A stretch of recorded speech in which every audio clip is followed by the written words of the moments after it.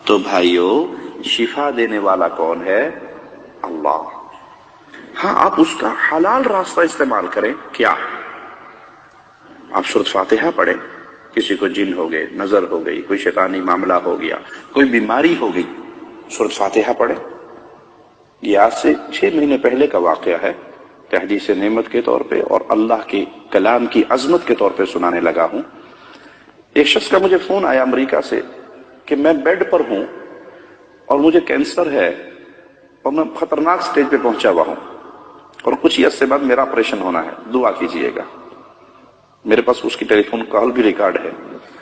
تو میں نے کہا بھائی اللہ تجھے شفا دے، تو بیڈ پہ پڑا ہے، کچھ کر نہیں سکتا، سونے کے علاوہ جب تو اٹھے نماز پڑھنی ہے، کھانا کھانا ہے اور سونا ہے، اور تو تجھے کام کوئی نہیں، مستقل اپنی زبان پہ سورۃ فاتحہ کا ورد شروع کر دے آج سے، مستقل سورۃ فاتحہ پڑھ، جتنا تجھے ٹائم ملے، روز 10 گھنٹے پڑھ سکتا ہے، 15 گھنٹے پڑھ سکتا ہے، 12 گھنٹے پڑھ سکتا ہے۔ اس کو اپنا وظیفہ بنا، یہ تیرے لیے علاج ہے، رسول اللہ نے اس کو شفا کہا صلی اللہ علیہ وسلم۔ چند مہینے کے بعد اس کا مجھے یاد نہیں ہے، 2 مہینے گزرے یا 1 مہینہ گزرا، اس کی مجھے دوبارہ کال آئی، کہا شیخ آپ نے مجھے سورۃ فاتحہ کا کہا تھا، واللہ میں نے اس دن سے اپنی 24 گھنٹے کی روٹین سورۃ فاتحہ بنائی، جب میں بیدار ہوتا میری زبان پہ فاتحہ ہوتی، جب میرا آپریشن کا وقت آیا اور اس سے پہلے ٹیسٹ وغیرہ کرنے تھے وہ کیے، میرا مرض بالکل ختم ہو چکا تھا۔ اس کو اللہ کے نبی نے شفا کہا ہے۔ آپ تعویذ ڈنڈے کے پیچھے کیوں دوڑتے ہیں؟ آپ کے پاس جواہر ہیں، ہیرے ہیں، فاتحہ کو پڑھیں۔ اللہ نے مجھے بیٹی دی خدیجہ، اور اس کے دل میں 2 سوراخ تھے، یمامہ ہاسپٹل ریاض میں وہ پیدا ہوئی۔ تو پیدا ہوتے ہی مجھے ڈاکٹروں نے جب وزٹ کے لیے میں گیا بیٹی دیکھنے کے لیے، کہا اس کا ایمرجنسی میں فوری آپریشن کرنا ہے، بائی پاس، اس کے دل میں 2 سوراخ ہے، 1 لاکھ ریال کا خرچہ ہے۔ میں نے کہا میرے پاس تو 1 لاکھ ریال کی حیثیت نہیں ہے، میں کہاں سے اس کا آپریشن کروں گا؟ کہا نہیں آپ ٹرائی کریں، کوشش کریں، دیکھیں، لیکن اس کا آپریشن ضروری ہے۔ یہ روتی تھی تو پورا چہرہ اس کا نیلا ہو جاتا تھا۔ میں نے کہا ٹھیک ہے، اللہ آسانی فرمائے گا۔ میں نے بیٹی لی، گھر آ گیا، اور میں نے اللہ کی رحمت سے اسے اپنی گود میں لینا اور سورۃ فاتحہ پڑھنا۔ بعض دفعہ 2 گھنٹے، 3 گھنٹے مجھے ٹائم ملا، آدھا گھنٹہ، جتنا ٹائم ملنا، میں نے مستقل اپنی بیٹی کو گود میں لے کے صرف سورۃ فاتحہ پڑھنی۔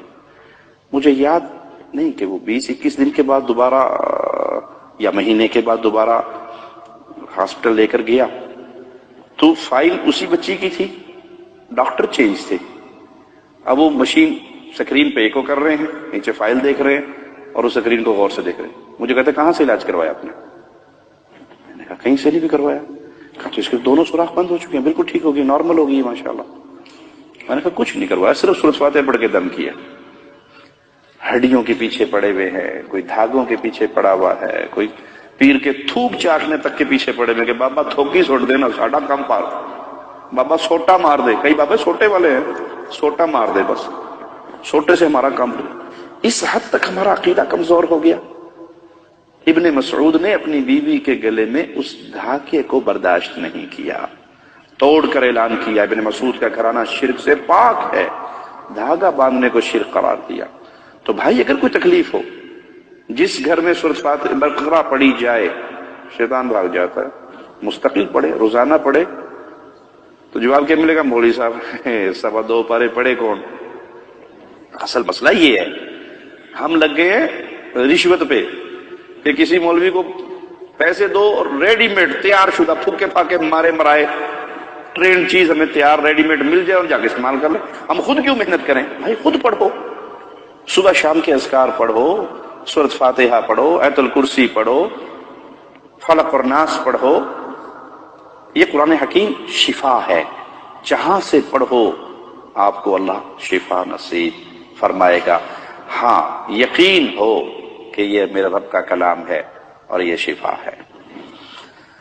اللہ سے دعا ہے اللہ ہمارے حال پہ رحمت فرمائے۔